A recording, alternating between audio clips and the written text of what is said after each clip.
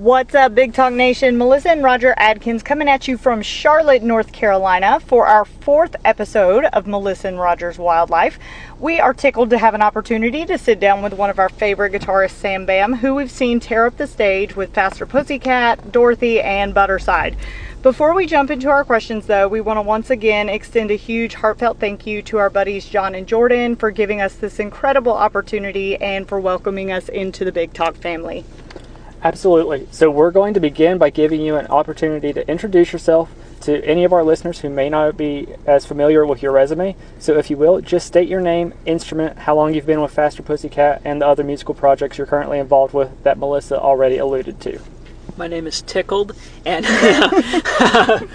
my name is Sam Koltun, or Sam Bam Koltun, and I've been with Faster Pussycat about 6 years. Actually, I just passed the 6-year mark with them.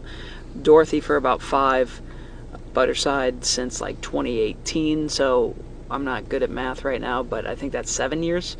And anybody else who comes up, anybody else who hires. Love it. Awesome. So let's go ahead and get started. How old were you when you first began playing, and how long would you say it took you to become proficient?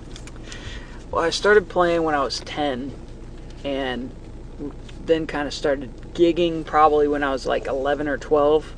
12 for sure. How long till I was really kind of proficient? I guess I started doing gigs when I was about maybe 13 or 14 or so. Definitely 13 because I started with my first band.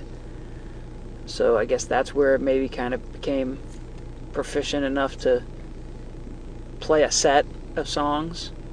And then from there it just kind of progressed to starting to jam with, there were different open mic nights where I grew up, where I was able to go to the bars with my parents, and my parents were awesome to take me to the bars, and I could get up and play. At first it was with the band that I was in, but then started jamming with more of the other musicians and the adult musicians, and that's really what kind of got me more proficient in playing guitar, was having to learn different songs and then started gigging, doing various cover bands and whatnot.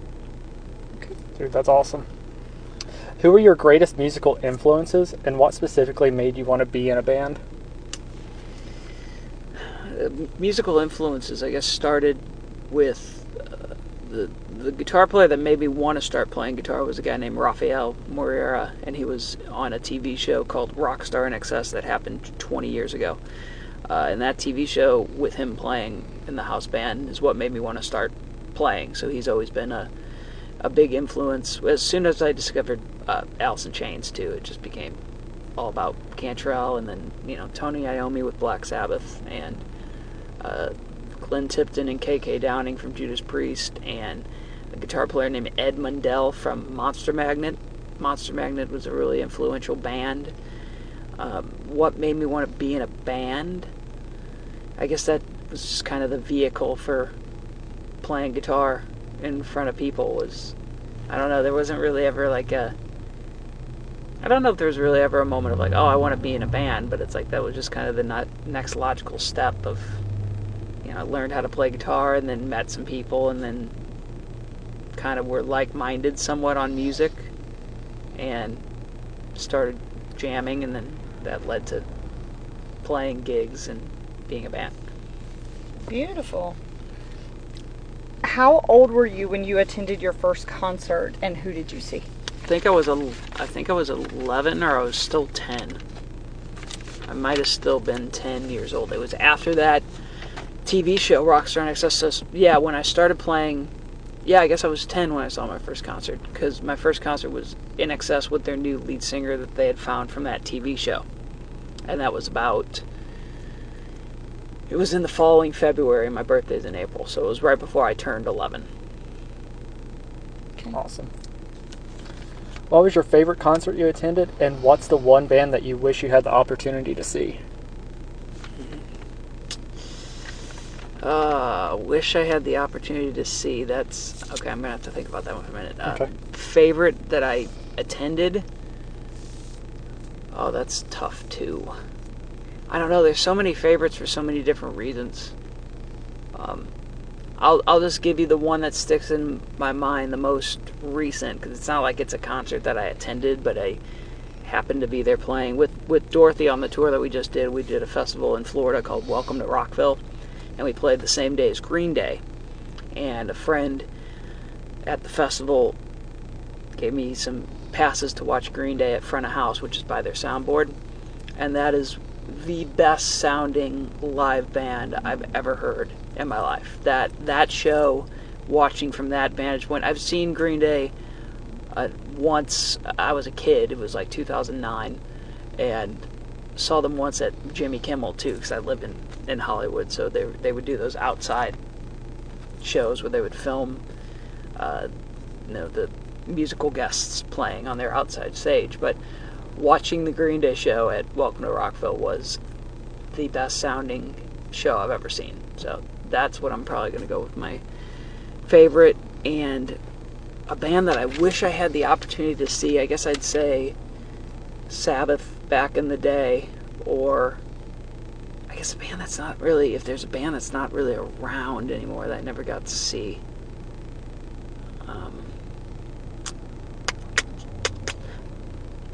I guess the original NXS, that's not to keep harping on that band, but that could be one. That's a really hard question. Okay. Alright, so I'm going to go... We try. I'm going to go with Sabbath from back in the day, or Judas Priest back in the day. Because I've seen Judas Priest many times, but never with the original two guitar players. So, I'll go with that. Alright. Who was your greatest supporter when you first stepped out into the world of entertainment? My parents. Absolutely. Yeah. What is the best and worst part about life on the road as an entertainer? Ooh, that's... You sure? You sure you want to ask? I mean, the best part is getting to do what I've dreamt of doing my whole life. So getting to do that for a living and make a decent living doing it. And I'm very grateful that in the last couple of years I've had pretty consistent work.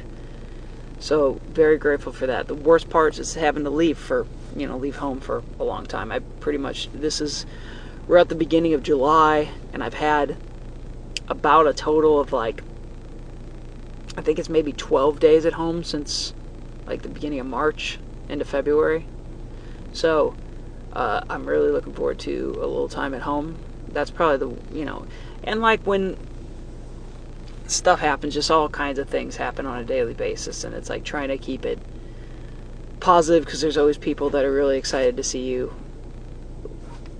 I should say in a lot of cases there are people that are excited to see you, and it's just trying to keep that positive energy up even when there's 4-hour sound checks that beat you to death, and all those fun things that happen sometimes. Sure. So what is the key to allowing your musical influences to shine through in your craft while simultaneously ensuring that you develop your own unique sound? Yeah, I feel like watching people play, you're always kind of a combination of all your influences. There's certain people that you see where it's it shows through more obviously.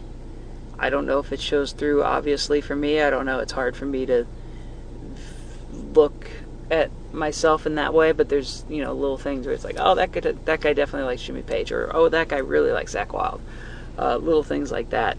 But I feel like all the influences, not that that's a bad thing either. It's just I'll be the first to tell you my favorite guitar players, and I feel like there's little things that come through just from loving. I love how Vivian Campbell plays, so there's definitely things in my guitar playing that I try to do because it's oh, I like what that sounds like, so and hopefully you end up kind of just naturally developing your own sound from being, having all those combined influences. I don't really know. I hope that was okay. It makes sense. That's great. Okay. What's your favorite song to play live and why? It's different with each band to band. Mm-hmm. Band to band, it's different. With Budderside, I think my favorite song to play. Oh wow, that's really hard because I like them all. I like 1,000 Teardrops because it's really hard, and I made the riff pretty hard. With Faster, right now it's Motorbike, or a song from the second album, Wake Me When It's Over. It's called Ain't No Way Around It. That's always like, once we get to that song, I'm like, I love it.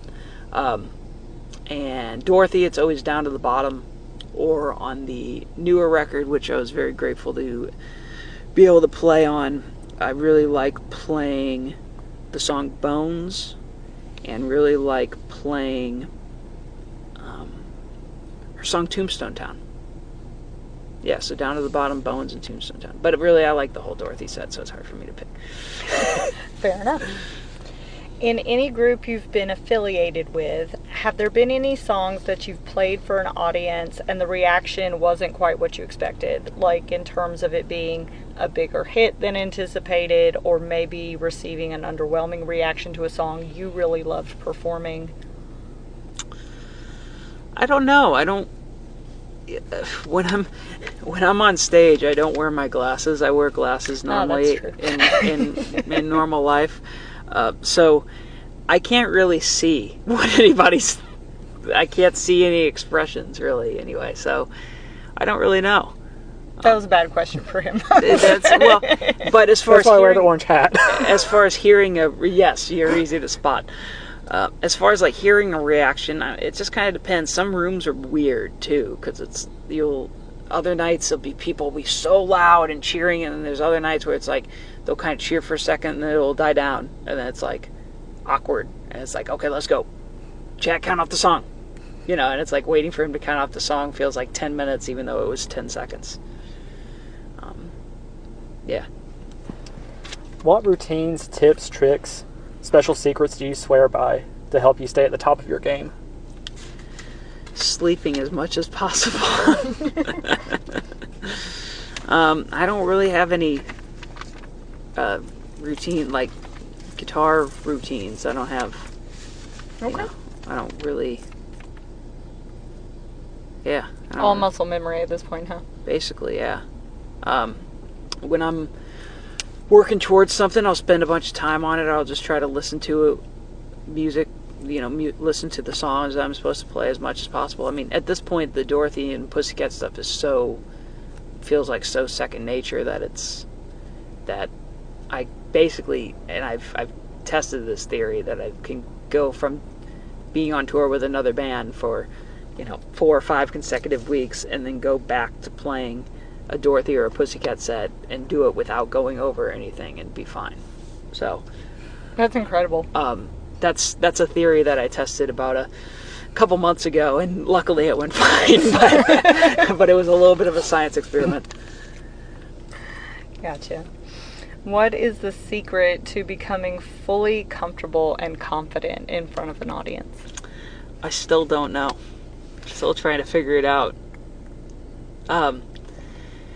Yeah, because there's different things. It's just like different. Every night is different. Every venue and stage setup and everything's different. So certain ones, for me personally, feel more comfortable, and other times it takes a while to kind of get into it or feel comfortable. And I mean, pretty much I'm always really comfortable as long as I have a guitar on. So once the guitar's off is what's the problem.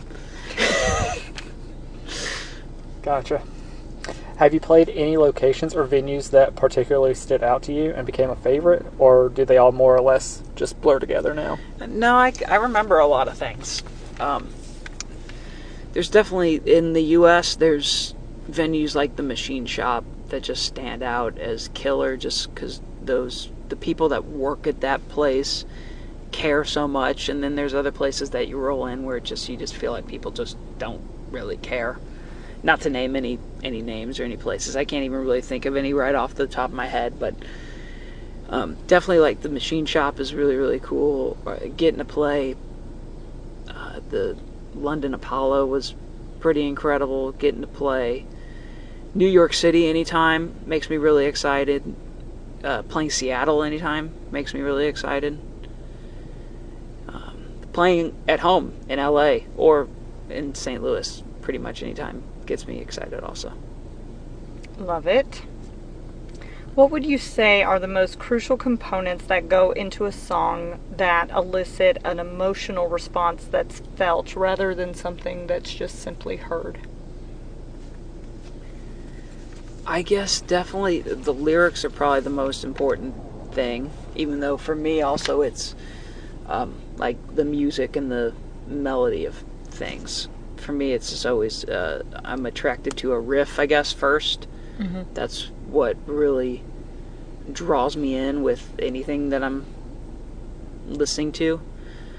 But definitely for the emotional response, it's more of a lyrical thing, and that's something that would be more of like what I feel is more of the singer's department, since I don't really, I've tried to write lyrics, but it hasn't really, nothing's made the cut so far, let's say. So. Okay. Did you ever become discouraged as an artist due to certain trends or other aspects of the entertainment industry? And if so, what made you push through and continue performing? There's always little things here and there that are discouraging, and you just kind of have to push past it, so at some point, yeah, there definitely was, prior to joining Pussycat, being that guy that was looking for the opportunity to work more and do this more as a living kind of thing, and and there's definitely little things that got discouraging there, but was able to push past it, and now it's at a point where grateful to have a few different things that keep me busy and working. So absolutely, you certainly are busy. What would you say is the reason that music has the ability to unify such a diverse group of people while most other aspects of life tend to cause divide? I think it's just because it's something that everybody can agree on, even though music's subjective. So what I like is not exactly what just with Faster Pussycat, what I like isn't necessarily what Danny or Tammy likes, and what Danny and Tammy like aren't necessarily what I like.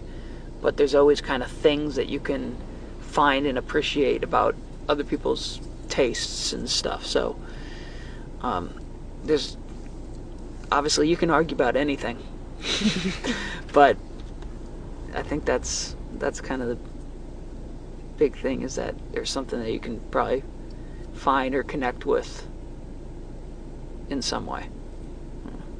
Okay. What would you say the biggest obstacle that you've faced over the course of your career, and how did you overcome it?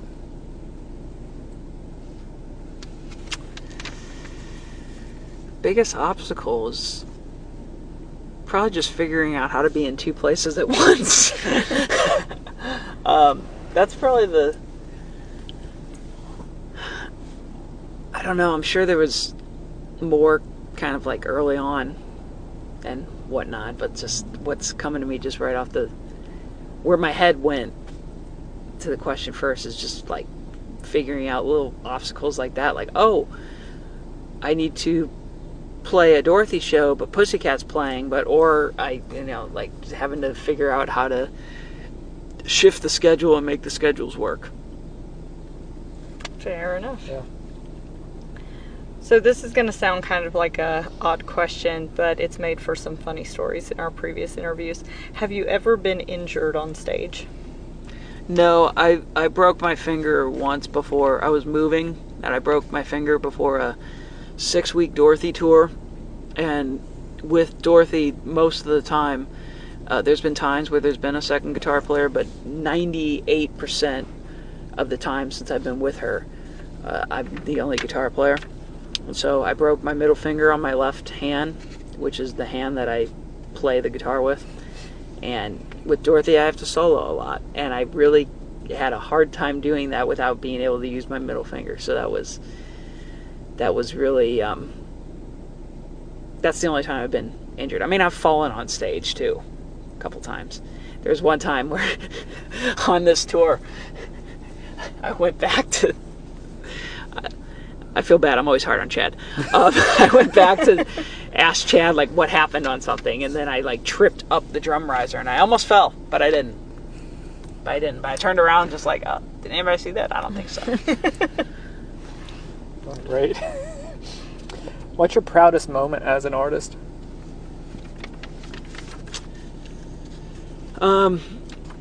Proudest moment, I guess, is like a recurring thing is when there's a song that comes out. Kind of for me, that's like getting to contribute to playing on the new Faster Pussycat stuff, getting to contribute to play on the new Dorothy stuff, or having that Budderside record come out last year, the White Flame record, where it's a lot of the music that I wrote. We all wrote together, but, you know, having so many of those things be like, you know, the riffs that I sat in my room trying to work on and write at 3 or 4 in the morning, and those are the things that, you know, I guess make me feel the proudest. The gigs are really, really fun too, but it's just that music getting put out that is, you know, the physical, like, legacy things, like the legacy you're gonna, you know, if I suddenly couldn't play guitar tomorrow, you know, there's a few things that I played on that people can listen to. Awesome. What advice or recommendations do you have for aspiring artists attempting to make it in the industry today, particularly those who are unsure of the best way to get started or put themselves out there? It's going to probably sound cheesy, but keep an open mind to things. You know, it's every avenue can be a lily pad to something else. So everything that I feel like I've done so far, not that I've done a ton, but everything I feel like I've done has led to something else. So playing with this singer, playing in the first band that I started playing with in LA led to me playing with a singer named Gabby Ray. Playing with a singer named Gabby Ray led to me playing with a band called Knee High Fox. Playing with Knee High Fox got me on tour quite a bit more, and then that led to kind of becoming better friends with my friend Ace Von Johnson, and then that led to Faster Pussycat.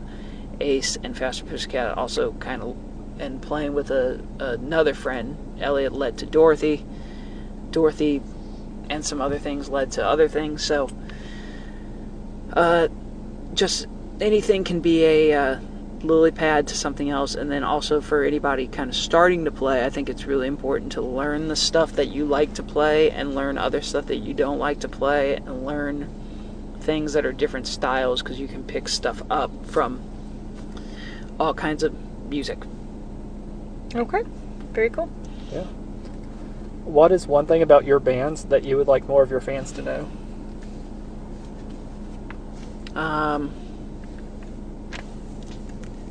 One thing about them. Or 2 things, whatever. Oh, I mean, I don't know. 2's harder to think of than 1. I don't know. Something I'd like them to know about them.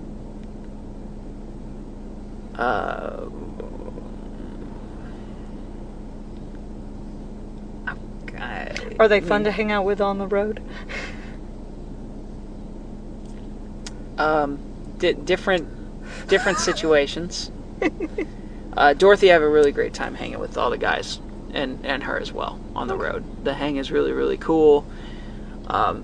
Those guys, I feel like I leave those situations after a tour, or even after one show. I feel like a better me after I'm in those situations with them, because they're all just such great musicians and great players that it pushes me harder. Not that other situations don't, but that's the situation where I feel pushed the most to be able to you know, it's, and not that Faster isn't, it's just, it's a different thing, kind of, with, you know, a couple of the guys like to go out and drink and party, and that's just not my my thing at all. So, yeah, I guess that's an answer. That's a great answer. Fair enough. Yes. And I'm not, there's nothing wrong with that. That's just me personally. I've never drank and never partied, so that's, where I feel, I don't always want to go out and hang. Sometimes I do, and sometimes it's fun. So, there's that too. I got long-winded. That's all good. It's a lot of good information, though. What is the best way you found to diffuse conflict with bandmates, crew personnel, venue staff, or anyone else in situations where tensions are running high? Ooh, pass. He pleads the fifth. Okay. It involves drinking and drugs. Yeah, pass on that one. Alrighty. What elements would you say are key to a lasting, successful musical career? Finding a way to navigate the last question. Using the pass card works. Got it. Yes, all right.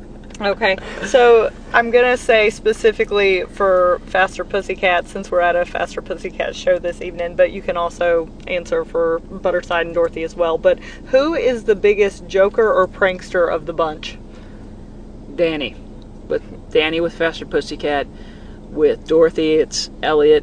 He is constantly making jokes and puns. And with Budderside, it's kind of all of us.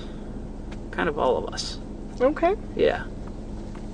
Everybody has a role to play. What is one main impression that you want to leave your fans with and hope will always be part of your musical legacy? I just hope that, again, despite some days out here being harder than others, I hope that just in general people view me as a nice guy, because I feel like I'm a nice guy, and yeah, that's kind of what matters the most to me. Wait, what was the question? Just what main impression you want to leave your fans with and hope will be part of your legacy. So that's a fair enough. Yeah, hopefully that, and We think you're a nice guy. yeah, we can attest to that. Oh, Yeah. okay. That, and that I really like playing guitar. Love it. Beautiful. Any additional fun facts about you or stories you would like to share, or any recommendations you have for us concerning additions that we must include on our concert bucket list? Well, you just saw the Lonely Ones, and they're my new favorite band, so there's that. What was the first part of it? Any additional fun facts or stories, just anything else you want to share about you? Facts or stories? I'm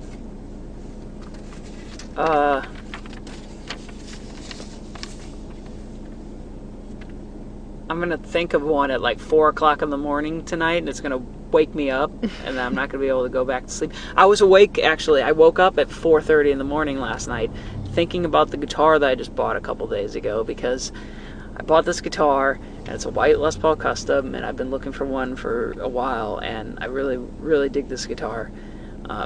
And it's a good weight and all these things. And I plugged it in at the first show that I got, the night that I got it, and it had a thing with the pickup. Pickup was kind of squealy. I replaced pretty much the pickups in all the guitars that I play, and I have a pickup with a company that's called Pariah, and the guy makes them, and I love them. But I was thinking about the guitar last night, and I was like, oh, what if I take the pickup cover off the guitar? This is what woke me up at 4:30 in the morning. I'm like, what if I take the pickup cover off, because then maybe that'll stop the squealing, and then maybe I can at least play the guitar for the last bit of the tour. And that's what I walked in the venue today and did, and one of our people who were there for the VIP was very kind to help me with soldering or unsoldering the cover from the pickup. You asked for a fun fact. This is a fun fact today. And now I'm going to play the guitar, and I'm stoked. So That's awesome. Love it. yeah. Thank you so much for taking your time to sit down with us today and talk. We really appreciate it, and be sure to check out all of Sam Bam's upcoming tour dates with his various musical acts to see where you can catch this amazingly talented guy in 2025. We promise you can't go wrong regardless of which band you see, and Sam's performance is always one you don't want to miss. Absolutely. And thank you as always to all of our listeners tuning in today for this episode of Melissa and Roger's Wildlife. We hope you'll join us again soon. Be safe out there and remember to be excellent to each other. Much love to you all. See you next time. And these two are very, very, very cool. I like these two people a lot. They're awesome. Well, we thank you for that Thank shout out, you. Sam. Love you. Love you.